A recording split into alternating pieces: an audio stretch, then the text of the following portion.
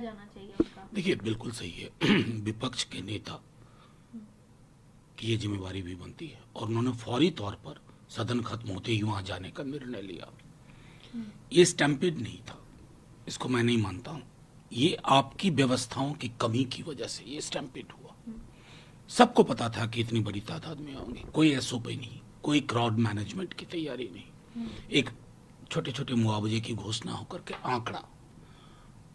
मौत आंकड़ा नहीं होती है, आपके लिए हो सकती है, प्रशासन के लिए, लेकिन जिन परिवारों के चिराग बुझते हैं ना, वो आंकड़ा नहीं होता।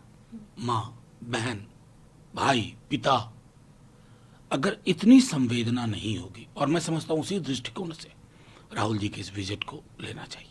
जी, वो साफ तौर पर राजनीतिकरण नहीं होना चाहिए, लेकिन जो अव्यवस्था थी वो सामने आई है। नहीं, देखिए, मैंने एक बात कही थी, क्राउड मैनेजमेंट का एसओपी था, आपकी तैयारियां थी उस अनुरूप? नहीं। मैं बार बार कह रहा हूं, हम हादसों के देश हैं। एक हादसा होता है, हम 2 दिन उस पर चर्चा करते हैं, तीसरे दिन वो खबर गुम हो जाती है। मुझे बेहद खुशी है कि आप सवाल पूछ रही हैं। ये तो मुझे लगा था मेरिन ड्राइव की भीड़ में हाथरस गुम हो जाएगा। ये हमारे मुल्क की संवेदनाओं का हाल है, बस। जी सर, झारखंड के सीएम हेमंत सोरेन के नेतृत्व में नई सरकार बन गई है। 8 जुलाई को विशेष सत्र के दौरान झारखंड विधानसभा का। देखिए, इसमें जिस किसी को आपत्ति है वो आपत्ति निराधार है। जेल गए, इस्तीफा दिया, चंपई जी आए।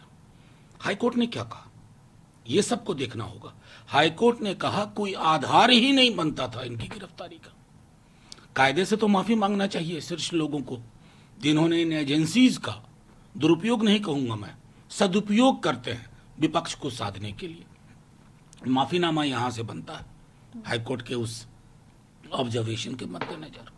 बाकी मुझे पूरा यकीन है कि आगामी विधानसभा चुनाव में जो लोग आहत हुए हैं ना इस तरह के वेंडेटा पॉलिटिक्स से, वो अपनी बात बीजेपी को बता देंगे।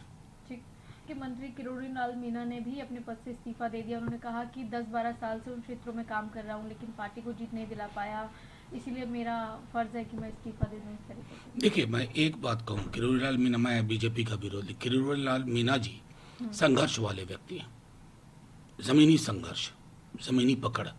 अगर वो कुछ ऐसा कह रहे हैं तो वो संदेश दे रहे हैं, वो सिर्फ चुनावी हार की वजह नहीं है, कुछ और चीजें हैं जो पत्ते सामने आएंगे।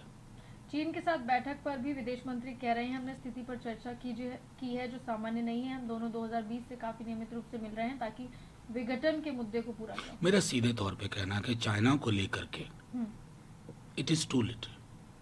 हमारी सरकार ट्रायल बैलून डिप्लोमेसी के मानकों पे चल रही है, ये उचित नहीं है। गलवान हुआ, कई विजुअल्स ऐसे आ रहे हैं बॉर्डर के इलाकों में जो परेशानी पैदा करते हैं। वो लाल आंख कहां गुम हो जाती है, मेरा सिर्फ ये सवाल है।